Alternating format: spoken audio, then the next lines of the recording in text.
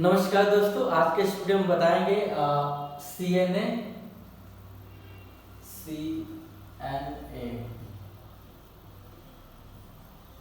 Central nodal accounts. Basically एक PFMS का एक मॉड्यूल्स है। PFMS public financial management system एक टॉपिक है, यानी एक मॉडल से इसको बोल सकते हैं। सीएनए एक मॉडल है। इससे पहले कोई और मॉडल चलता था, वो भी हम बताएंगे। तो सबसे पहले जानते हैं सीएनए, ये जितने भी केंद्र सरकार की योजनाएं हैं जो 100% जिसमें शेयर केंद्र सरकार का होता है, उसको हम बोलते हैं सीएस, सेंट्रल सेक्टर स्कीम।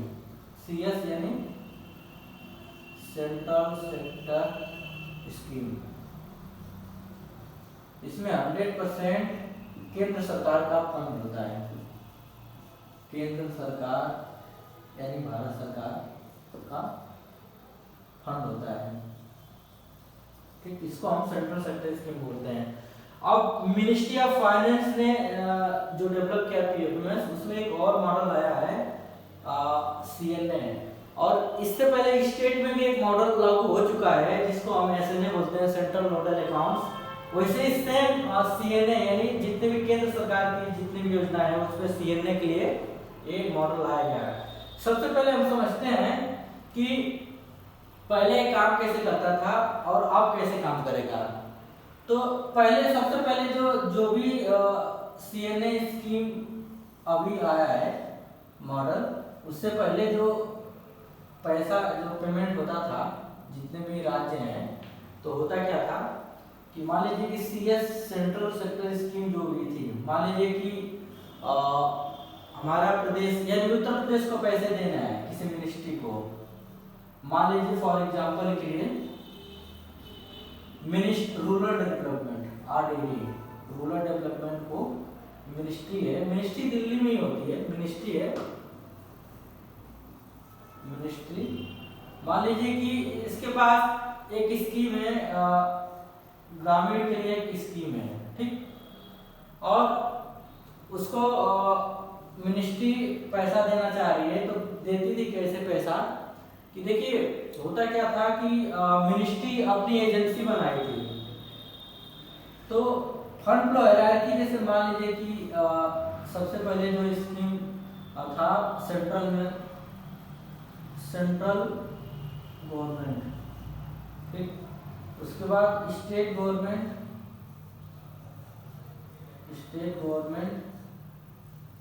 उसके बाद डिस्ट्रिक्ट्स।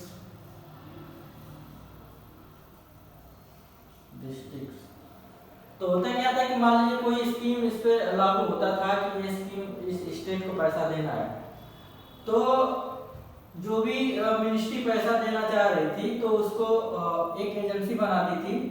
एक अपना एजेंसी होता था, सेंट्रल गवर्नमेंट के पास एजेंसी होती थी, ठीक। वहां से जब फंड रिलीज होता था तो जिस स्टेट को पैसा जाना होता था, मान लीजिए अभी यूपी को जाना है तो यूपी को यहाँ पे स्टेट गवर्नमेंट के पास पैसा आ जाता था, ठीक। जो भी उनके पास अकाउंट होता उसमें पैसे आ जाते थे, अकाउंट में क्रेडिट हो जाता था। उसके बाद अपने रिक्वायरमेंट के हिसाब से प्रदेश क्या करता था कि जिसको जितने भी डिस्ट्रिक्ट, मान लीजिए कि यूपी में 75 डिस्ट्रिक्ट हैं, 75 डिस्ट्रिक्ट, तो अपने हिसाब से जितने भी स्कीम में जो डिमांड होती थी डिस्ट्रिक्ट का, वो अकाउंट्स में पैसा ट्रांसफर करते थे। एजेंसी टू एजेंसी उसको फंड ट्रांसफर बोलते थे, एजेंसी फंड ट्रांसफर बोलते थे उसको। तो अब डिस्ट्रिक्ट्स में भी अकाउंट्स खोले जाते थे। अकाउंट्स का मतलब कि फिजिकल बैंक अकाउंट, जिसमें पैसे भेजने के बाद उसमें अकाउंट में क्रेडिट हो जाते हैं, उसको हम बैंक अकाउंट बोलते हैं। तो इसमें इस बैंक अकाउंट्स पे इंटरेस्ट भी मिलते थे, यानी मैक्सिमम अकाउंट्स जो पहले खोले जाते थे वो सेविंग अकाउंट्स खोले जाते थे जिसमें बैंक उनको ब्याज देता था। लेकिन अब करंट अकाउंट में भी ब्याज मिलता है, लेकिन कुछ डिपार्टमेंट सेविंग अकाउंट्स भी खोलते थे। तो इसमें होता क्या था कि कुछ मान लीजिए कि सेंट्रल ने फंड रिलीज कर दिया इनको, ठीक। और स्टेट ने अपने डिस्ट्रिक्ट को डिस्ट्रीब्यूट कर दिया। लेकिन कुछ डिस्ट्रिक्ट में ऐसे रहते थे कि जैसे फंड वहाँ पे पार्किंग करके रखते थे, यानी यूटिलाइज नहीं कर पाते थे फंड टाइम से। तो इसलिए ने सेंट्रल गवर्नमेंट ने सोचा कि क्यों ना इसमें एसएनए की तरह सीएनए लागू किया जाए, सेंट्रल नोडल अकाउंट्स लागू किया जाए। तो इसी को देखते हुए सीएनए लाया गया। अब सीएनए कैसे काम करेगा, देखिए सबसे पहले सीएनए के लिए, सीएनए अकाउंट चालू करने के लिए आपके पास दो डिपार्टमेंट्स काम करते हैं। देखिए एक तो पीएफएमएस होता है, पीएफएमएस किसी मिनिस्ट्री का नहीं होता है, ठीक, पीएफएमएस मिनिस्ट्री ऑफ फाइनेंस का है। उसके बाद आपके पास मिनिस्ट्री आ जाएगी, जो भी आपको मिनिस्ट्री आपको फंड देना चाह रही थी। मान लीजिए कि हमको एग्रीकल्चर डिपार्टमेंट आपको देना चाहता है, agriculture ministry of agriculture department, ठीक, एग्रीकल्चर डिपार्टमेंट आपको फंड देना चाह रहा है। तो वहाँ पे पीडी होते हैं, पीडी मतलब प्रोग्राम डिवीजन होता है, ठीक, पीडी मतलब प्रोग्राम डिवीजन। तो वहाँ पे स्कीम आपकी जो सेंट्रल की स्कीम है वो कॉन्फ़िगर होगी, प्रोजेक्ट से यूजर जो होगा पीएफएमएस का वो कॉन्फ़िगर करके मिनिस्ट्री को दे देगा।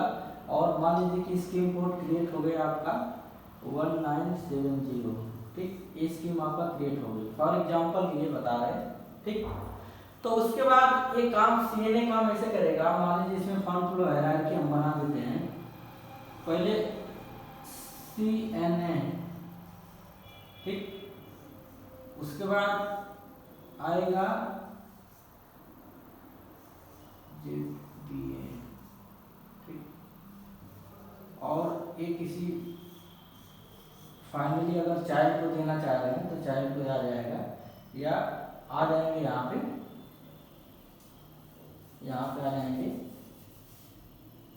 बेनिफिशियरी या वेंडर, ठीक।